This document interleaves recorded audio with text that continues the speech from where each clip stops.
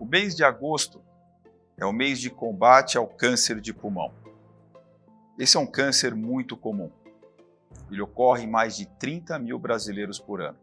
No mundo, são mais de 2 milhões e 100 mil casos por ano, uma mortalidade que se aproxima de 85% a 90%. Portanto, é um câncer muito perigoso. Por outro lado, esse é um câncer que os avanços da medicina, desde o entendimento da doença até a melhoria dos tratamentos, sempre com enfoque no tratamento personalizado, avançou de modo muito importante.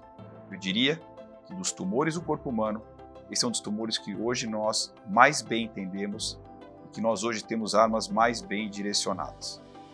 É fundamental que numa doença tão complexa como essa, que acomete tantos brasileiros e brasileiras e tantas pessoas ao redor do mundo, que a gente tenha um entendimento com informação de qualidade.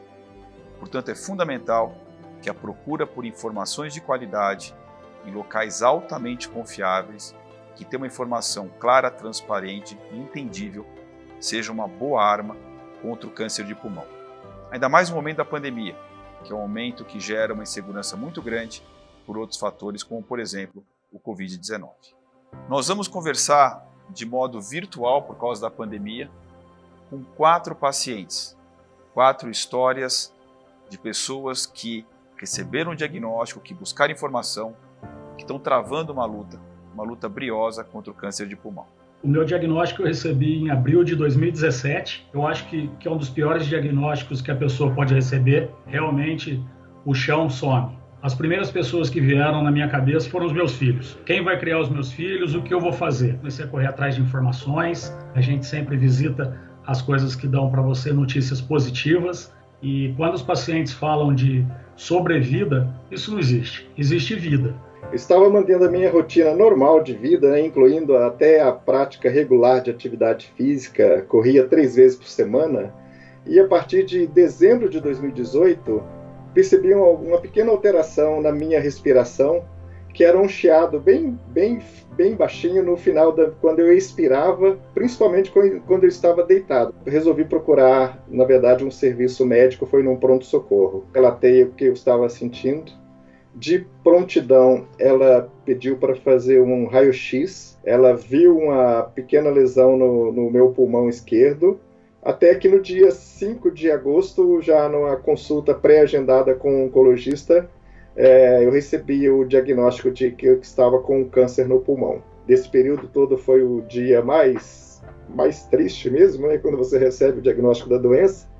Eu estava acompanhado da minha esposa também, assim, realmente para a família toda realmente é um choque. Mas, assim, tudo foi feito numa velocidade muito grande. Então, entre a questão do meu diagnóstico em 5 de agosto e a cirurgia, decorreu praticamente um mês, e eu já no início de setembro do ano passado já fiz, no caso, a minha lobectomia, e assim foi uma experiência também completamente nova para mim. Que acendeu um alerta assim, em mim foi o cansaço.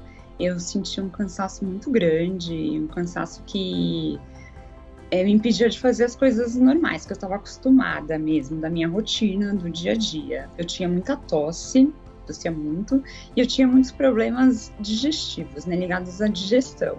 Eu percebia que eu não conseguia fazer a digestão correta. Fui a vários médicos e recebi vários diagnósticos também. Eu insisti muito com uma dessas médicas que ela investigasse mais, né, que ela me ajudasse a descobrir o que eu tinha, porque eu fazia o que eles pediam e eu só piorava.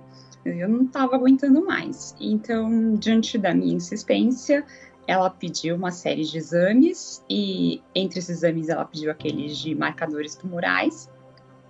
Eu fiz, daí eu resolvi ir a uma outra médica, mostrei os exames, ela viu e ela foi bem direta comigo. Ela disse assim, provavelmente você está com câncer. Rita, você faz parte de algum grupo de risco por causa do câncer de pulmão? Meu marido fumava charuto, então eu estava com ele. Às vezes me incomodava muito o charuto, que eu ficava distante, um pouco distante. Mas eu mesma não era do grupo, eu não fumava direto. Às vezes pegava um cigarro ou outro, só para fazer, só para passar o tempo. Mas fumar, tragar, isso eu não fazia, não. Roberto, você teve a cirurgia como um tratamento do teu câncer de pulmão. Eu queria saber como é que você está depois da cirurgia. Eu tive uma redução da minha capacidade pulmonar, mas hoje, para se ter uma ideia, eu consigo fazer 3 treinos de 19 quilômetros cada um, então eu corro praticamente 60 quilômetros por semana. Não é a mesma performance em termos de tempo do passado, mas assim, a questão de continuar e ter conseguido restabelecer essa minha rotina de fazer aquilo que eu gosto de fazer, com a frequência que eu gosto de fazer, superou todas as minhas expectativas em relação ao que eu podia imaginar. Se eu voltasse um ano atrás e fosse projetar como eu estaria hoje, eu não poderia me projetar melhor do que eu estou. Meu tratamento hoje se encontra na fase oral.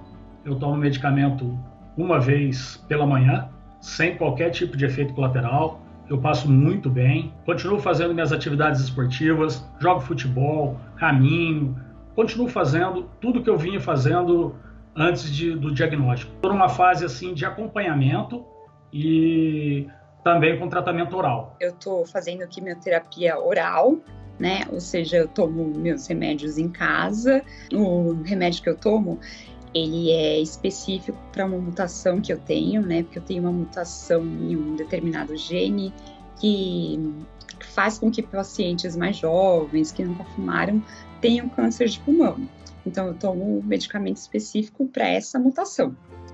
Doutor Fernando, aproveitando que nós estamos aqui conversando, eu queria de dicas, né? O que a gente tem que fazer? O que a gente tem que mudar no nosso estilo de vida para melhorar a nossa qualidade de vida e ainda manter o controle da doença? Essa é uma pergunta super importante. É uma pergunta, na verdade, que envolve fatores que não têm relação só com o tratamento médico, mas com o estilo de vida, como você bem pontuou. Claro que é super importante que a gente procure bons hospitais, bons centros que tratam câncer, centros que tenham grande experiência, que consigam oferecer os melhores tratamentos. Mas além disso, é muito importante que a gente tenha disciplina para que a gente faça a nossa parte. Se o câncer foi causado pelo cigarro, por parar com auxílio médico, imediatamente o hábito de fumar. Isso tem uma mudança importantíssima em melhorar o prognóstico. Além disso, o exercício físico com orientação é muito importante, além de uma dieta saudável. Se manter outra vez com atividade física, não só melhora as condições gerais, mas diminui os efeitos colaterais do tratamento e permitem uma melhor função pulmonar. E por último, eu diria que é viver a vida com alegria. Viver a vida curtindo os momentos bons e tentando não perder tempo com coisas pequenas que aborrecem a gente. Rita, desde a época que você teve o diagnóstico de câncer de pulmão, você comprou e leu um livro que Buzaide e eu escrevemos de como vencer o câncer, da série Vencer o Câncer. Como que essas informações te ajudaram no enfrentamento melhor da doença? No começo, quando a gente descobre o problema, a gente fica meio desnorteada, porque é uma coisa que ninguém quer, né? Valeu o livro porque assim me esclarecia muita coisa.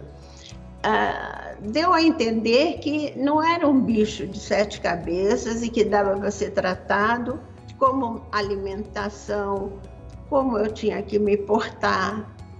Assim, ajudou muito. Marcos, depois que você teve o diagnóstico e começou a explorar as opções de tratamento, entendimento da doença, quais foram as suas fontes de busca? Eu comecei a procurar algumas informações em sites que te dão informações positivas, não aqueles que te mostram o que vai acontecer, quanto tempo você tem. Então, eu acho que isso não é informação positiva e só vai levar o paciente ao desespero. Procurei os melhores especialistas que que atendiam o meu plano naquele momento, né? E acabei me dirigindo à Beneficência Portuguesa e lá em contato com o Dr. William, ele me passou várias informações positivas e a gente começou a fechar o diagnóstico e o rumo que a gente ia tratar. Eu, por uma característica pessoal, assim, sou muito cuidadoso em relação a isso, especialmente quando se trata de saúde, né? Nunca gostei de ficar fazendo buscas ativas em canais assim de internet, porque o volume ele não se reflete na qualidade da informação. Eu vou confessar, né, que no começo, quando eu recebi o diagnóstico, eu cheguei a dar uma vasculhada, né, um Google básico, mas eu não achei nenhuma informação que fosse relevante para mim, que me ajudasse de alguma forma. E também porque hoje eu entendo que o câncer é uma doença muito complexa, né? Que cada paciente é único, que cada caso é um caso. Então eu acho muito improvável que eu encontre na internet as informações que eu preciso e que sejam confiáveis, né? As informações confiáveis eu acredito que venham dos médicos, né? Que cuidam de mim. Dr. Maluf, assim, qual é a melhor maneira para quem tem essa curiosidade de buscar informações sobre a doença na internet? Informação de qualidade, ela claramente ajuda. Mas a informação que não é de qualidade, ou porque ela não é verídica, ou porque ela é difícil de entender e não autoexplicativa, ela pode causar angústia, medo, desinformação e, na verdade, guiar o paciente para caminhos errados. Eu diria que a ideia é buscar informação nos sites que são sites sérios, sites, por exemplo, das sociedades. Por exemplo, a Sociedade Brasileira de Oncologia, a Sociedade Americana de Oncologia, mas também sites específicos, como, por exemplo, o site do Instituto Vencer o Câncer. São locais que a informação é curada, e é curada por profissionais que são profissionais que trabalham com isso o dia inteiro. Profissionais que também se especializaram em traduzir uma informação que às vezes é muito difícil e complexa para uma linguagem fácil, simples, que vai permitir com alta clareza que esse entendimento da doença, desde o seu diagnóstico, dos fatores de risco, dos melhores tratamentos, das melhores pesquisas e do prognóstico, cheguem até você como paciente e tantos outros, como os familiares, permitindo uma orientação muito melhor nessa batalha. Eu sempre digo que nada melhor do que vencer o inimigo, do que ter informação e saber com quem que nós estamos brigando. Dr. Maluf, como médico oncologista, eu sei que você está sempre bem informado. Eu gostaria de saber o que tem de novidade, o que tem de coisas boas, o que tem de resultados, o tratamento para câncer de pulmão. Câncer de pulmão é uma das áreas que a oncologia, através de pesquisas clínicas intensas, mais se desenvolveu em termos de bons resultados. Um exemplo, por exemplo, é o entendimento hoje de que os tumores de pulmão, na verdade, são muito diferentes entre os pacientes. Que para cada tipo de câncer de pulmão, existe hoje um primeiro melhor tratamento. Ou seja, o primeiro momento ou a primeira doença que mais claramente mostra que o tratamento se adequa ao paciente e não mais como no passado, o paciente se adequava ao tratamento. É entender quais são os fatores que vão nos direcionar durante a evolução do paciente qual é o melhor próximo remédio, qual a melhor próxima estratégia. Portanto, existe hoje uma melhora, um horizonte muito mais otimista no tratamento do câncer de pulmão avançado e também em evitar que aconteça uma metástase recidiva no câncer de pulmão localizado. Claro que ainda o cenário não é perfeito, mas a gente caminha para um horizonte muito otimista a partir dos dados que a gente observa nos últimos anos contra o câncer de pulmão. Acho que todo mundo gostaria de saber quais são os avanços em relação ao tratamento de pulmão no mundo. Eu diria que essa é uma doença que é uma doença muito grave. Por outro lado, é uma doença, por ser tão comum, por ser grave, é uma doença que desperta um volume de pesquisas e interesse muito grande na expectativa de conseguir remédios que curem o paciente ou que mantenham o paciente com uma doença crônica por muitos e muitos anos. Na doença localizada, que cada vez mais é frequente pelos métodos diagnósticos mais avançados, nós temos uma melhoria muito grande de várias técnicas. Por exemplo, a introdução da cirurgia robótica, que parece ser menos invasiva e menos traumática do que a cirurgia aberta ou outras técnicas cirúrgicas. Nós temos formas específicas de radioterapia hoje, que conseguem, em alguns casos, substituir a cirurgia e permanecer com as mesmas chances de cura, sem fazer ou causar nenhum trauma maior para o paciente. Um outro avanço importante é que pacientes com doença operado e que a quimioterapia era o único método de evitar que essa doença voltasse, tem hoje dependendo da alteração molecular, e uma específica que acontece em 20 a 30% dos pacientes, chamada alteração do EGFR, uma nova medicação, que inicialmente foi desenvolvida para doença muito avançada e que hoje, baseado no estudo recente, consegue evitar uma recidiva além do que a quimioterapia consegue evitar. Na doença avançada, nós crescemos muito em termos de entendimento. E hoje eu falo que o câncer de pulmão tem vários sobrenomes. No passado, era câncer de pulmão. Depois ficou o tipo do câncer de pulmão. Se eram pequena ou não pequenas células. Depois ficou os não pequenas células, se era um adenocarcinoma, carcinoma epidermoide ou algum outro tumor. E agora, a gente tem outros tantos sobrenomes que é a análise molecular do tumor. Que para cada tipo de análise molecular, a gente tem hoje uma droga específica, como a teoria da chave e da fechadura. A chave é como se fossem as drogas, mas não necessariamente a chave que você tem vai se encaixar em qualquer fechadura. E a fechadura é o mecanismo pelo qual essa droga eficaz se encaixa, abre a porta e que permite um tratamento, abrindo a porta, eficaz contra o câncer. Portanto, eu diria que o cenário é otimista. Tem um caminho grande ainda para se caminhar na chance de cura ou de aumentar a chance de cura e de controle, mas claramente o cenário de hoje é muito melhor do que o cenário de poucos anos atrás. Eu queria agradecer ao Marcos, o Roberto, a Rita e a Bruna por compartilharem as histórias com a gente, as histórias da vida de vocês.